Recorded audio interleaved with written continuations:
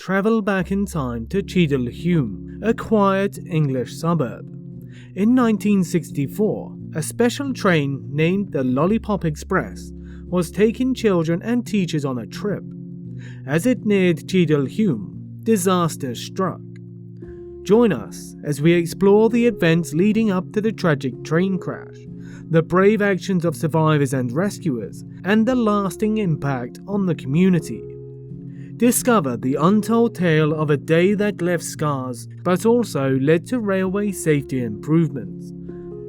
Cheadle Hulme is a suburb to the town of Stockport with a population of 45,621 people, recorded as of 1961, and is located in Western England, 7 miles south of Manchester and 30 miles west of Sheffield in the northwest region of the country. The city lies on the Stratford-Manchester line, a 54-mile double-tracked electrified main line connecting Manchester with the West Coast Main Line. Since being opened in 1848, the line is mostly used for passenger services, connecting Manchester with London and Glasgow in Scotland. The line approaches Cheadle Hulme in a sharp right-hand turn from the southeast, merging with the line from Crewe. On the day of the accident, a special chartered service was running from Stratford to York, carrying aboard 234 children, as well as an unknown number of teachers and staff that were on a day trip to visit York's Minster, Castle and Railway Museum.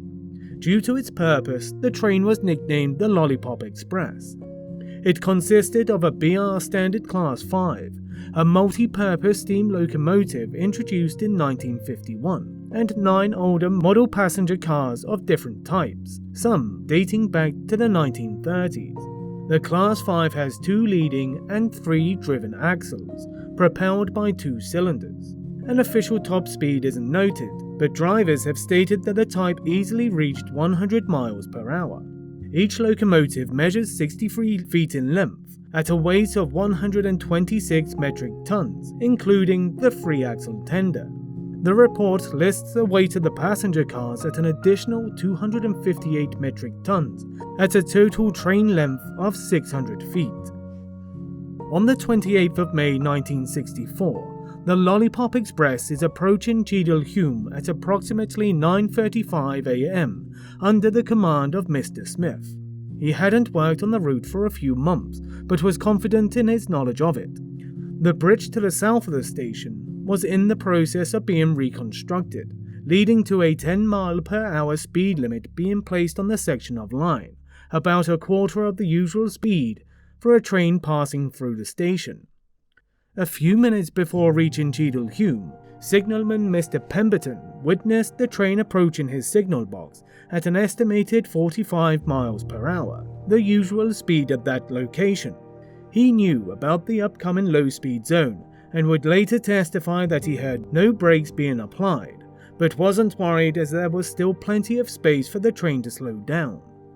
Fireman, the person shoveling coal into the firebox, not a firefighter, Mr. Gilliatt, who was unfamiliar with the route, later recalled feeling a brake application just ahead of the station, slowing the train down to approximately 20 miles per hour. Entering the turn ahead of the station twice as fast as it was meant to, the train was doomed. The Lollipop Express enters the turn of Cheadle Hulme station at 9:41 a.m., just as fireman Gilliatt looks back along the train. He sees the 3rd and 4th passenger car leaving the tracks, shouting to the driver to stop as fast as possible. The resistance from the derailing cars caused a separation between cars 3 and 4, with the forward part of the train skidding to a stop about 985 feet past the bridge. Car 4, separated from both cars 3 and 5, came to a stop on its side not far behind car 3, suffering minor damage. Cars 5 and 6 had overturned also, gliding along the platform and suffering severe damage from it. Car 5's bogies had been torn away and ended up buried beneath Car 6, causing further damage to the front and side of it. 2 9-year-old students and a British Rail employee acting as a tour guide are killed in Car 5 and Car 6, with 27 passengers being injured severely enough to require hospitalization. Moments after the crash, Mr. Gibson, one of the students on board the train, regained consciousness, having been ejected from the train through a window and ending up alive, but with his arms pinned underneath car 6. His last memory is his head banging along several sleepers before the train came to a halt. The 2 classmates he had been sitting with did not survive the crash. People waiting on the platform and construction workers from the bridge were the first people on the site, with brakeman Mr. Davies trying his best to keep them from climbing upon the wreckage, fearing a fatal shock from the still connected overhead wires. Once professional responders arrive on the site, Mr. Gibson is among the first they try to help, but they find themselves unable to shift the heavy train car and chose not to amputate in the field just yet. Instead, they stabilize the boy until a crane eventually arrives at the site that can lift the car, finally allowing responders to take the child to hospital. In the meantime, parents are eager for any snippet of information. In the chaos, some of them, among them Mr. Gibson's parents, are sent to the wrong hospital.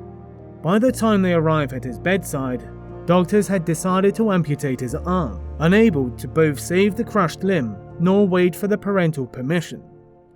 By 11 a.m., the last survivors are taken to the hospital. An hour and a half later, another train takes the uninjured survivors home, leaving the site to the investigators. When being questioned by the investigators, Mr. Smith insists that he knew about and obeyed the speed limit, a claim soon disproven by the damage to the tracks ahead of the wreckage.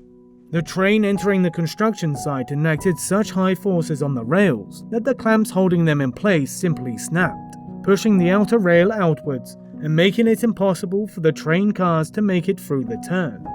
In fact, the report notes that a few clamps had been pulled out of the sleeper's hole, bolt and all. It is a lucky coincidence that none of the train cars fell off the bridge, or that the derailing train didn't strike anyone waiting on the platform as it shaved off everything protruding past ground level for several dozen feet. Further back, the rearmost car was spanning a gaping hole in the severely damaged bridge, caused by the train ripping up the floor. Investigators examine what's left of the train cars, finding brakes in perfect working order. It is impossible to tell for sure at what point they were applied. There is no data logger, and the separation of the train cars caused an application throughout the train anyway. Colonel Reed, a sole author of the final report, notes that he is disappointed in the train driver's continued insistence on claims that are far from reality, as calculations showed that the train was far from obeying the speed limit, estimating at least 35 miles per hour, if not more. The report assumes that the driver forgot about the speed restriction and missed the warning sign along the track, causing him to enter the construction site at excessive speed. Reed does note that the design of the warning signs could be improved, and that, in a dangerous spot like a curved bridge, fastening of the rails to the sleepers could be improved even for temporary installations beyond the mandated minimums at the time, in order to ensure a larger margin of error for speeding trains. Traffic on the line returns to full capacity 3 days after the accident. The bridge reconstruction is restarted from scratch and eventually finished. Meanwhile, the last survivor, Ms. Tiernan, doesn't get to go home for a year. She spends 86 days in a coma after suffering severe head injuries in the accident, the media nicknaming her alternatively Sleeping Beauty or Rail Crash Girl. She takes another 9 months to learn to walk again and heal enough to return home, carrying scars but no memories of the accident. Both her, Mr. Gibson, and the parents of one of the dead children remained in their hometown, while the other child victim's family left the UK for Belgium after the accident. The infrastructure around the station was changed several times in the following years, but the track layout remains the same till this day. The train cars involved in the accident were mostly outdated by the time of the accident already, which might be why they were used for the chartered service in the first place. 4 years after the accident, the last Class 5 locomotive is retired from service. 5 of the 172 units made remain today as museum pieces in varying conditions.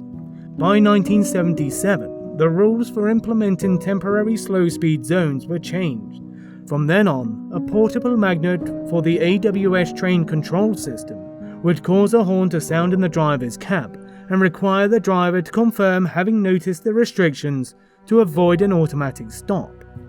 By 2006, the UK started introducing European ETCS train control system, which makes ignoring a speed limit essentially impossible, making accidents from excessive speed even less likely.